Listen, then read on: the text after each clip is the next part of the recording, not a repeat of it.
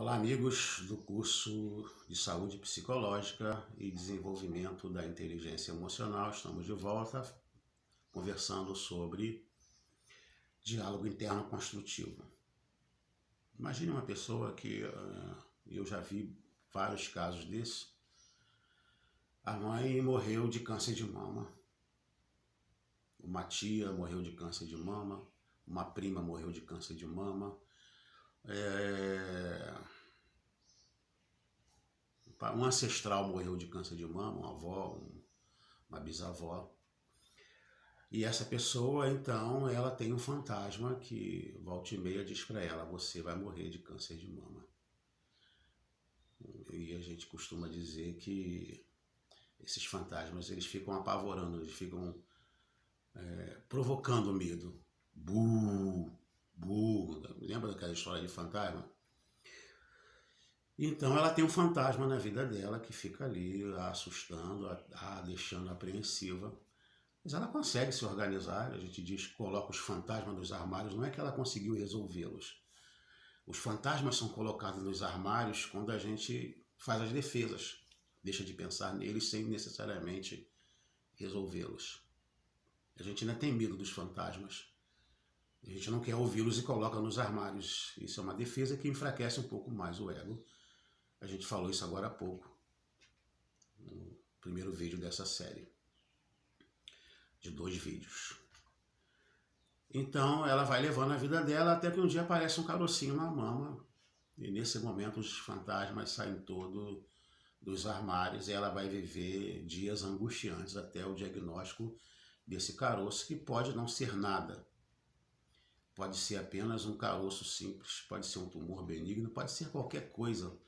Mas ela, por ter já na sua família um histórico de gente que teve problema de câncer, morreu por causa de câncer de mama, ela então entra numa angústia enorme, né? Vai ansiosa, angustiada para fazer esses exames, ou às vezes nem quer fazer. Infelizmente, pessoas que procuram evitar fazer o exame, não quer saber, faz uma fantasia, como aquela criança que pega a coberta, ela acha que tem alguém na casa que é a ameaça, então se enrola na coberta como uma forma de se proteger, ou simplesmente coloca a mãozinha no rosto, como se isso a protegesse, ou como uma avestruz que enfia apenas a cabeça debaixo da terra. Tem pessoas que agem assim, são poucas, mas acontece. Eu não vou nem fazer o exame, porque depois que descobre que está doente é pior. Então, com isso, elas não se abrem para um tratamento, se caso houver a doença. E elas estão ali sofrendo, enquanto isso sofrendo. Bom, desde o começo, para se aliviar desse sofrimento, é preciso admitir que sim, é possível que essa mulher ela tenha câncer de mama, por isso que ela vai fazer todos os tratamentos que tiver que fazer. Vai estar sempre atenta a se cuidar. Quando um pensamento negativo aparece, você vai ter câncer de mama como a sua mãe, como a sua tia, como a sua prima, como a sua avó, você vai morrer. Ela vai parar, ouvir esse pensamento negativo e vai dizer: obrigado pelo aviso. De fato, eu posso realmente morrer. E se tiver que morrer, eu não tenho controle sobre isso. É claro que a pessoa, nesse momento, ainda crescendo, ela vai estar carregada de medo. Ela não está falando isso com serenidade, com a tranquilidade que eu estou falando. Mas quanto mais você repete uma coisa, você vai tomando posse daquilo. É por isso que a gente usa aí o nosso caderno, nosso inventário, para a gente poder anotando essas coisas e criando as frases que a gente precisa falar. As frases que têm a ver não com meus sentimentos. Os sentimentos eu admito, eu estou ali com medo, eu estou ali estressado, eu estou ali assustado, mas o que a realidade me diz? O que eu estou aprendendo a comparar isso com os dados de realidade? O que a realidade diz? A realidade diz assim: se cuida, faça o melhor que você pode. Depois que você fizer tudo o que você tiver para fazer, e mesmo assim acontecer, o que tiver que ser, será.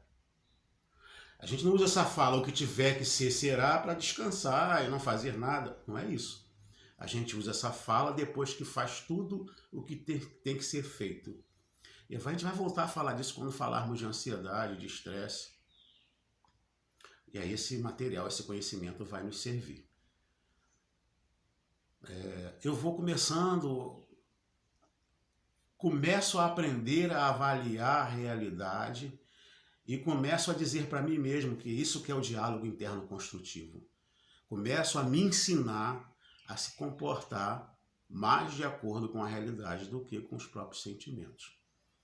O sentimento é válido, sentimento é bom, sentimento é importante, emoção, sentimento. Se eu não tiver essas coisas, eu sou uma máquina, um robô, eu não posso agir, eu não posso sentir prazer na vida, eu não posso sentir prazer numa música, eu não posso sentir prazer num cantar de pássaro, eu não posso sentir prazer numa comida, não posso sentir prazer num carinho se não houver a emoção e o sentimento. Sem isso, deixamos de ser humanos e nos tornamos máquinas. Então o sentimento é válido, ele é importante, mas eu não preciso dar vazão a ele, eu não preciso me autodeterminar por ele. Eu posso mudá-lo. Lembra disso? Os sentimentos seguem as ações, seguem o comportamento, seguem as escolhas, seguem as crenças. William James, terapia cognitiva comportamental ensina isso, né? Os seus autores, os autores dessa linha. É claro que a gente não está preso apenas a essa linha, mas ela é importante. Ela nos ajuda e nos auxilia em muita coisa. É claro que a gente sabe que uma pessoa que sofreu um trauma na infância, esse processo é mais lento. Sofreu um trauma e ela às vezes desenvolveu até transtorno de estresse pós-traumático. Esse processo ele é mais lento, mas é possível chegar lá. Mesmo uma pessoa que tenha rompido com a realidade, por mais difícil que seja, ela pode melhorar.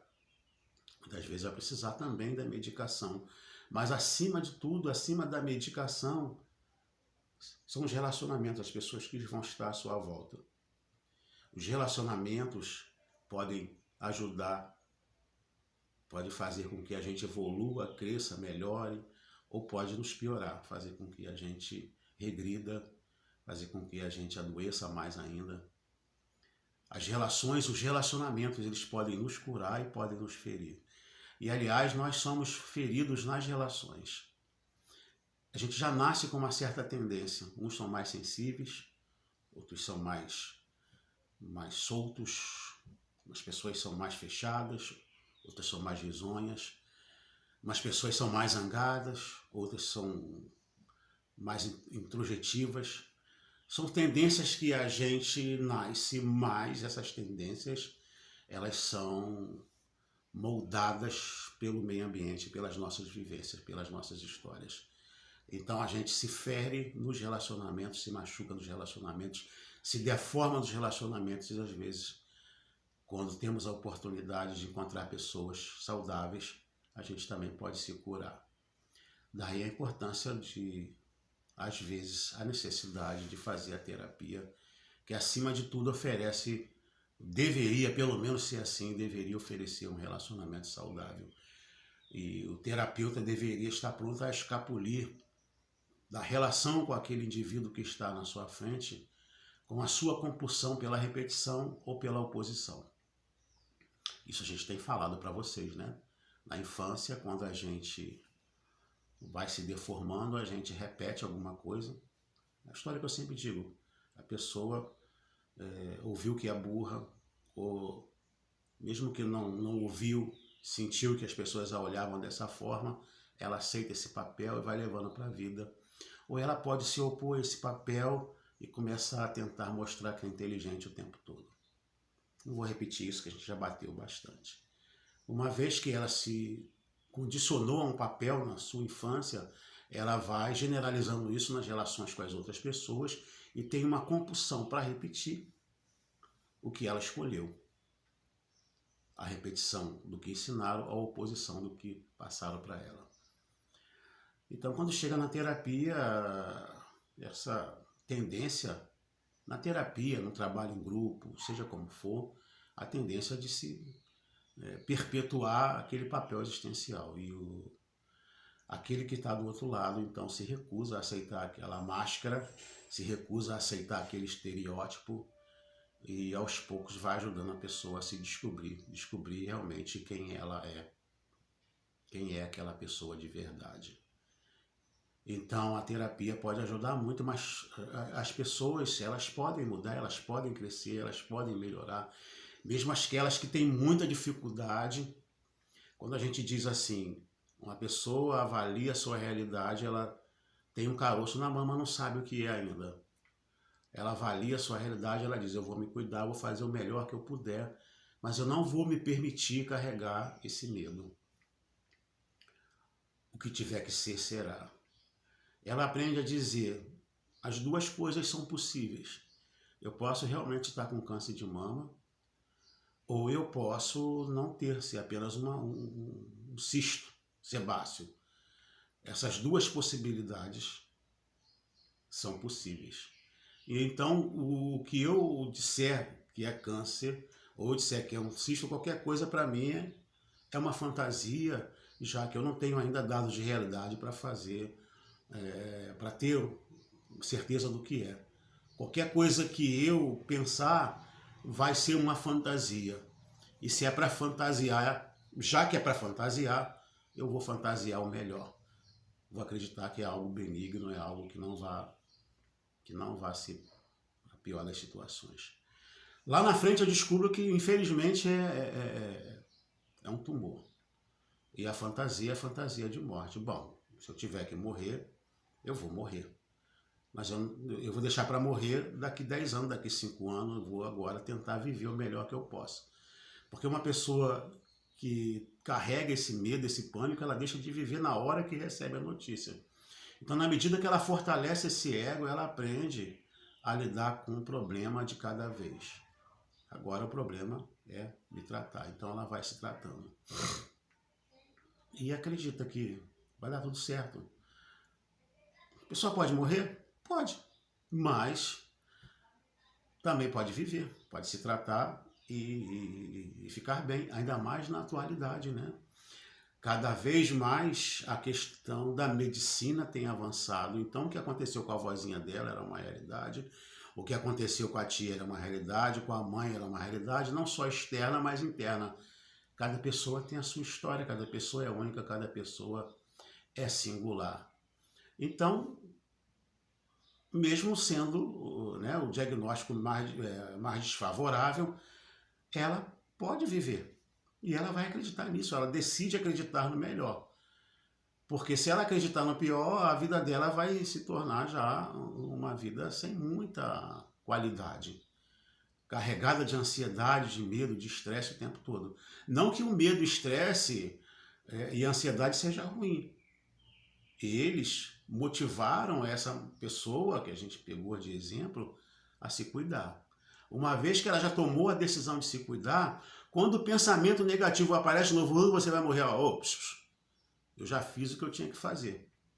Entendeu? O pensamento negativo aparece, aquele fantasminha, você vai acontecer o pior. Tá bom, eu já te entendi.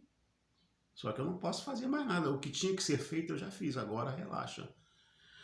Eu converso com aquela parte da minha personalidade não como uma inimiga, mas como uma amiga preocupada. De repente, na minha história, teve alguém assim, uma pessoa com medo, uma pessoa preocupada, uma pessoa ansiosa e que influenciou a minha personalidade. E às vezes é essa voz que eu fico ouvindo na minha cabeça que eu preciso dizer para ela, essa voz, relaxa, porque eu já fiz o que eu tinha que fazer. Vamos viver. E a gente hoje está vivendo uma época, né, que a medicina tem conseguido avançar extraordinariamente, principalmente nessa área. Isso é um alento para muitas pessoas. E a gente deve se dizer isso também porque é um dado de realidade. Uma outra coisa é a fé que a gente tem. Algumas pessoas desse curso, elas professam uma fé num poder superior, a maioria são cristãs, e acreditam num Deus de amor, um Deus de bondade, um Deus que quer o nosso melhor. E essa hora a gente precisa acreditar nisso, né? Eu não estou dizendo que você tem que acreditar nisso, eu estou dizendo para aqueles que já acreditam, lembrar dessa fé. E às vezes a gente precisa lembrar porque deixa o medo vencer. deixa o medo tomar conta. A gente vai falar disso quando a gente falar de medo. A gente está falando agora do pensamento negativo e que a gente precisa aprender a ouvi-lo e a conversar com ele. Ele não é nosso inimigo. A gente pode pensar qualquer coisa. E a partir desses pensamentos a gente criar um diálogo interno que seja construtivo com base na realidade. Eu particularmente gostaria de dar alguns exemplos para você da minha própria vida, o que eu tenho feito no meu dia a dia. Acontece um problema qualquer, eu sou uma pessoa que tem tendência a ficar logo ansiosa.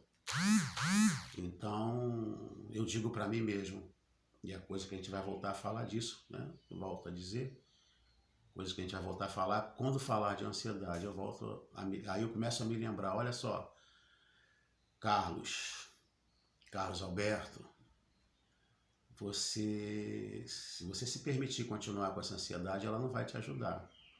Coloca no papel o que você tem que fazer e aí diga para você mesmo,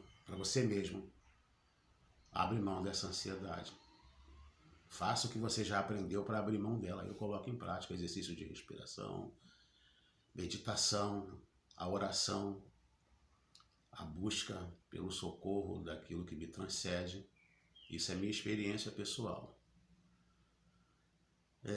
Uma outra coisa que eu faço é olhar para a minha própria vida e digo para mim, olha para trás, olha quantas vezes você já enfrentou problemas até pior do que esse e você solucionou, você venceu.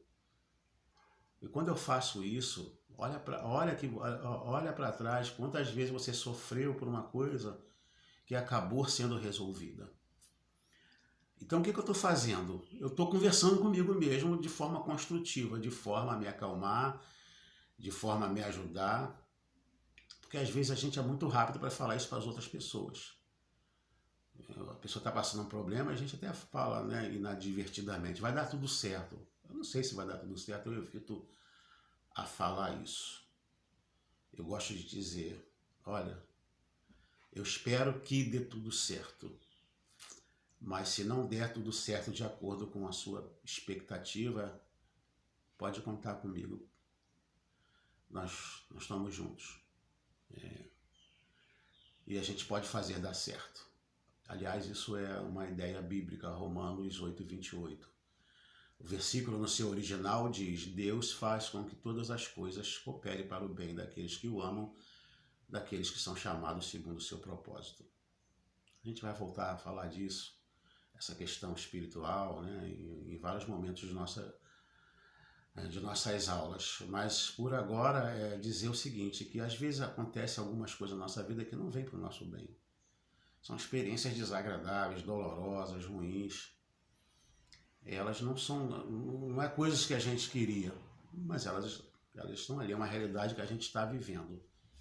Há pessoas que perdem entes queridos, há pessoas que adoecem, há pessoas que sofrem desemprego, sofrem maltrato, sofrem abandono. Isso não é bom para ninguém. E eu não acredito num Deus que leve isso, que induza isso na vida das pessoas. Mas, uma vez que a gente já está vivendo isso, uma vez que a gente já está experimentando esse dissabor, a gente tem a escolha de aprender, tirar algo de bom disso que é ruim. Inclusive, a gente quando fala de crise, né, a gente diz muito isso, que crise é uma oportunidade para o crescimento. Ninguém quer crise, ninguém quer problema. Mas a crise em si, ela também oferece uma oportunidade para se crescer, para se avançar, para se melhorar, para se explorar novas situações. Mas ela também pode ser uma porta para destruição, uma porta para desistência, para a pessoa não aguentar e sucumbir. Então, há situações na vida que elas são difíceis, que elas causam muito sofrimento, e se a gente pudesse escolher, a gente não passaria por elas, mas isso é inevitável. Faz parte da vida.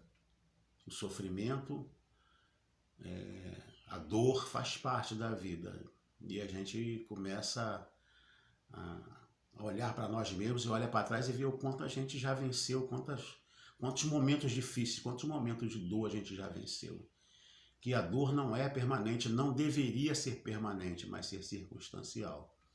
Então, quando eu estou enfrentando um problema, por mais difícil que seja, eu me lembro disso. Você já venceu outras vezes. E eu, como sou uma pessoa de uma experiência espiritual, eu me volto para esse lado espiritual, peço força e sabedoria para lidar com essas dificuldades. A força que eu acredito que venha do alto, a força, a sabedoria, o conhecimento, a disposição para lutar, enfrentar e vencer e acreditar que isso não é permanente, que isso uma hora vai acabar.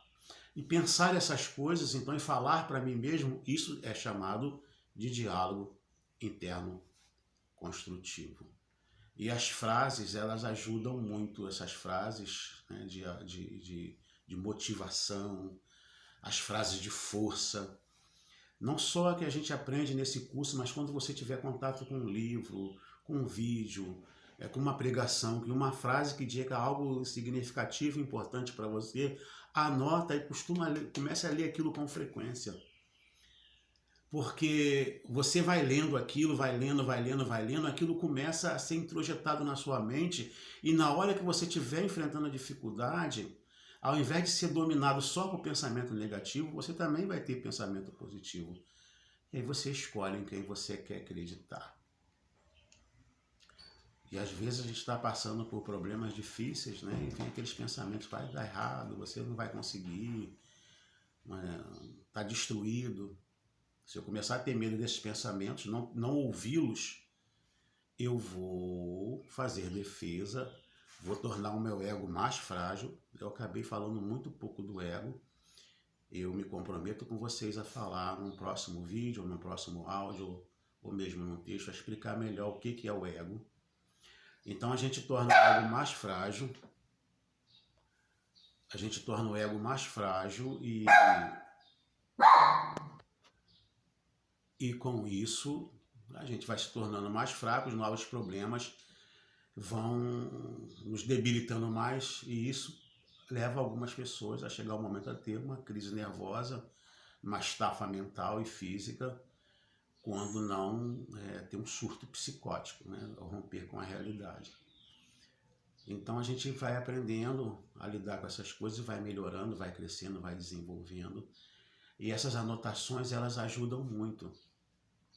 Para você que é uma pessoa de fé, coloca uns versículos da Bíblia, versículo que fala de fé, versículo que fala de escape, de vitória.